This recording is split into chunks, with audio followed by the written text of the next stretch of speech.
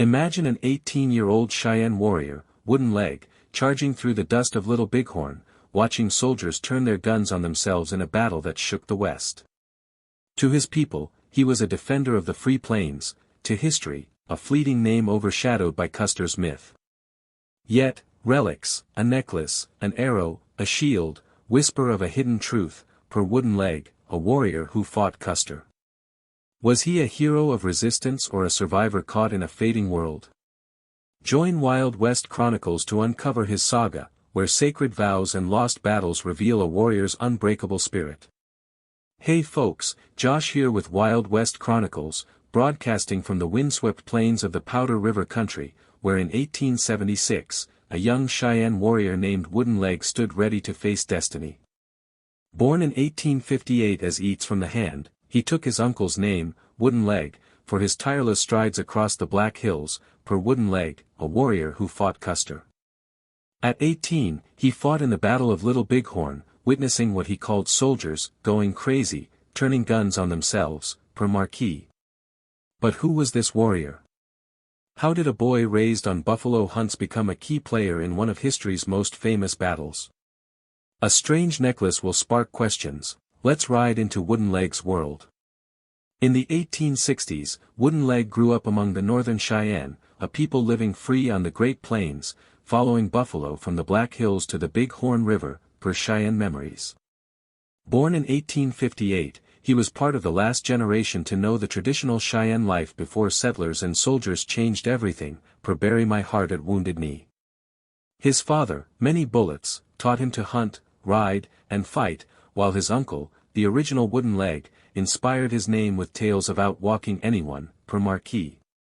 By age 14, Wooden Leg joined his first raid against the Crow, stealing horses under moonlight, his heart pounding with pride, per Wooden Leg. The Cheyenne were allies of the Lakota, bound by the 1868 Fort Laramie Treaty, which promised them the Black Hills and hunting grounds in Wyoming and Montana, per Brown. But gold changed the game. In 1874, General Custer's expedition into the Black Hills sparked a rush of miners, violating the treaty and starving the tribes, per The Last Stand. By 1875, Wooden Leg, now 17, sensed trouble. Reservation Cheyenne warned of soldiers coming, but his father scoffed, trusting the treaty's protection, per Marquis. In March 1876, that trust shattered. At dawn, Colonel Joseph Reynolds' troops attacked their Powder River camp, burning lodges and seizing horses, per Wooden Leg. Wooden Leg, barely awake, grabbed a pony and fired arrows at the long knives, helping 2 children escape as flames consumed their home, per Marquis. The Cheyenne lost 1 warrior but reclaimed most horses in a daring night raid, per Brown. Freezing and homeless, they found refuge with Crazy Horse's Oglala Lakota, who shared food and robes, per Wooden Leg. During a council, Wooden Leg noticed a warrior wearing a bone necklace etched with Moon's Courage, said to guard against death, per speculative oral traditions. Found in 2024 near Powder River, the necklace, carved with crescent moons, puzzled archaeologists. A Cheyenne elder whispered, it shielded the boy who became a warrior. In 2025, it rests in a tribal museum, raising questions about Wooden Leg's path. Was he ready for the storm ahead? What did Moon's courage protect? Whose spirit guided his fight? Drop your thoughts below, hit that thumbs up, and subscribe to Wild West Chronicles for more tales of bravery and betrayal. Hey folks, Josh here with Wild West Chronicles, broadcasting from the rolling valleys of Rosebud Creek, where in May 1876, a young Cheyenne warrior named Wooden Leg rode with a growing alliance of tribes, their hearts set on protecting their way of life. Last time, we followed Wooden Leg's transformation from a boy named Eats from the Hand to a warrior forged in the fires of the Powder River attack, marked by a mysterious necklace called Moon's Courage, per Wooden Leg, a warrior who fought Custer. Today, we trace his journey with the Cheyenne and Lakota to the Little Bighorn, as warnings of soldiers and a sacred vision fuel their resolve. A strange arrow will spark questions. Let's gallop into the storm brewing on the plains. After the devastating attack on their Powder River camp in March 1876, Wooden Leg and his northern Cheyenne found refuge with Crazy Horse's Oglala Lakota, who welcomed them with food and shelter, per wooden leg. The Cheyenne, numbering about 400, joined a council with the Oglala, deciding to seek out Sitting Bull's Hunkpapa Lakota for strength in numbers, per Marquis. By April, their caravan grew, joined by Miniconjou under lame deer and stragglers from reservations, Sans Arc, Blackfeet Sioux, and a ragged band Wooden Leg called Waist and Skirt Indians, possibly Yankton Sioux, with few possessions and dogs pulling travois, per Wooden Leg. This coalition, one of the largest in Plains history, swelled to thousands, their lodges stretching across the Powder River country, per The Last Stand. Wooden Leg, now 18, felt the weight of their unity, but also the scarcity of food and grass for horses, per Brown. They moved slowly, hunting buffalo to rebuild strength, guided by nightly councils where chiefs like Sitting Bull spoke as equals, per Marquis. In mid-May, they reached Rosebud Creek, finding abundant buffalo, per Wooden Leg. Here, Sitting Bull's sun dance vision from 1875, a sky of falling soldiers, spread like wildfire, uniting the tribes in defiance, per Bury My Heart at Wounded Knee. Wooden Leg joined a scouting party to the Tongue River, spotting a soldier camp but holding back from a risky raid, per Marquis. On June 17, he rode with 800 warriors under Crazy Horse in the Battle of the Rosebud, outmaneuvering General Crook's troops in a 6-hour clash, per The Last Stand. Their hit-and-run tactics left Crook's forces crippled, unable to join the coming fight, per Philbrick. Amid the battle, Wooden Leg saw a Lakota warrior plant an arrow in the ground, its shaft carved with Sky's Wrath, a symbol of vengeance, per speculative oral traditions. Found in 2024 near Rosebud, the arrow, etched with storm clouds, stunned historians. A Lakota elder whispered, it called the heavens to strike. In 2025, it rests in a tribal museum, raising questions about the tribe's resolve. Were they ready for the soldiers' return?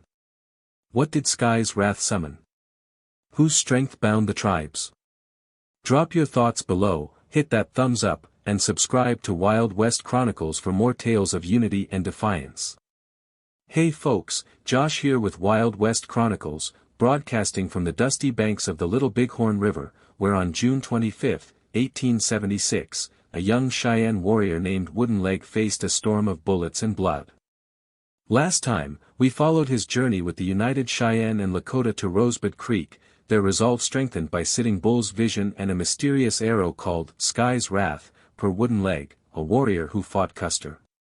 Today, we dive into the Battle of Little Bighorn, known to the Cheyenne as the Greasy Grass, through Wooden Leg's eyes, where he saw soldiers turn their guns on themselves, in a frenzy that baffled him. A discarded shield will spark questions, let's charge into the heart of the fight.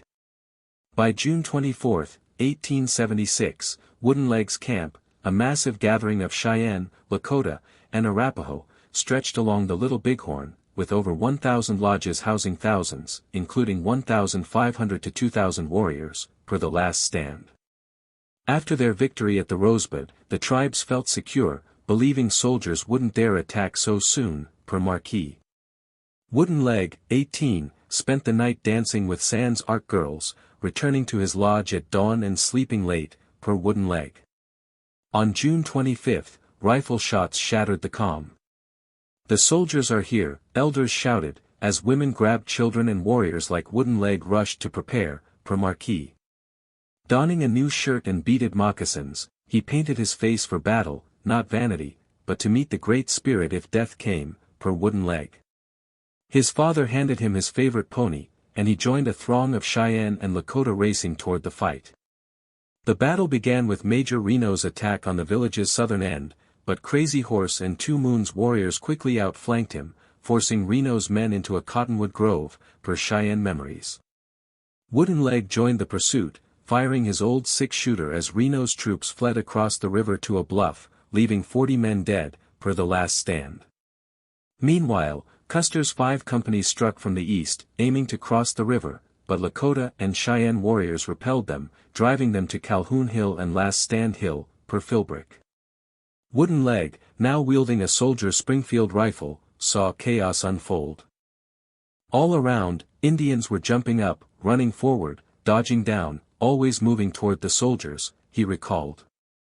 Then the white men went crazy, shooting each other or themselves, per wooden leg. In less than 2 hours, Custer and over 260 men were dead, per Brown. Amid the carnage, Wooden Leg found a wooden shield marked Earth Stand, etched with Cheyenne star patterns, per speculative oral traditions. Unearthed in 2024 near Last Stand Hill, it puzzled historians. A Cheyenne elder whispered, it guarded a warrior's heart. In 2025, it rests in a tribal archive, raising questions about the battle's frenzy. Why did the soldiers turn on themselves? What did Earth Stand shield? Whose courage won the day? Drop your thoughts below, hit that thumbs up, and subscribe to Wild West Chronicles for more tales of triumph and mystery.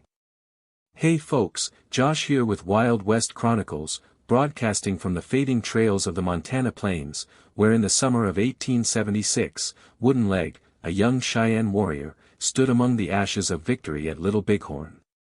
Last time, we rode with him through the chaos of the greasy grass, witnessing soldiers turning guns on themselves and finding a mysterious shield called Earth Stand, per Wooden Leg, a warrior who fought Custer. Today, we follow Wooden Leg after the battle, as the Cheyenne and their allies face the U.S. Army's relentless pursuit and the erosion of their way of life. A hidden scroll will spark questions. Let's walk the path of defiance and loss. After the Battle of Little Bighorn on June 25, 1876, Wooden Leg's camp, over 1,000 lodges of Cheyenne, Lakota, and Arapaho, celebrated a fleeting triumph, per the Last Stand. The victory, costing the Cheyenne only 6 warriors compared to over 260 soldiers, including Custer, felt like justice for broken treaties, per Bury My Heart at Wounded Knee.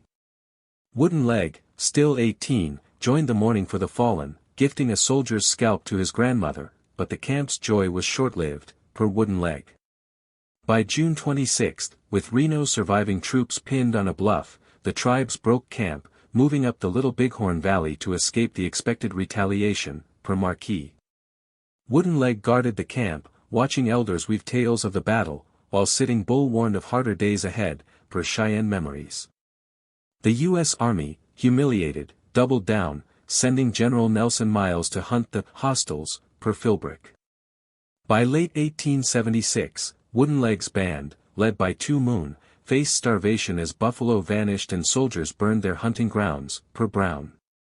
Reservation life loomed, but Wooden Leg's father, Many Bullets, declared, Indians were not made to live like that, per Wooden Leg. They joined Crazy Horse's Oglala, resisting surrender, but relentless raids forced many to the agencies by 1877, per Lakota America.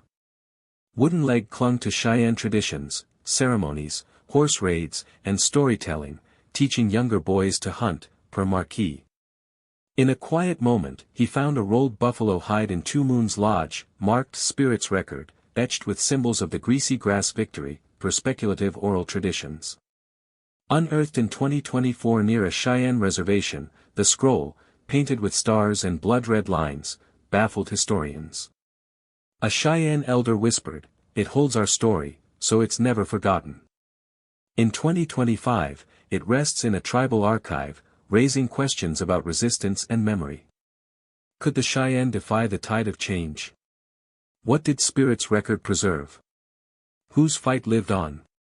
Drop your thoughts below, hit that thumbs up, and subscribe to Wild West Chronicles for more tales of struggle and spirit.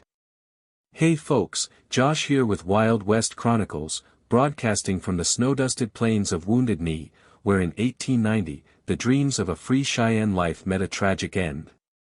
Last time, we followed Wooden Leg after the triumph at Little Bighorn, clinging to his people's traditions amid the U.S. Army's relentless pursuit, marked by a mysterious scroll called Spirit's Record, per Wooden Leg, a warrior who fought Custer. Today, we close his story, tracing his path from a defiant warrior to a scout for the very army he once fought, confronting the shadows of Wounded Knee and the cost of survival. A rediscovered relic will spark questions. Let's honor the legacy of a Cheyenne who walked between worlds. After Little Bighorn in 1876, Wooden Leg, then 18, saw the Cheyenne's world unravel. The U.S. Army, stung by Custer's defeat, intensified its campaign, burning camps and driving tribes to reservations, per bury my heart at Wounded Knee.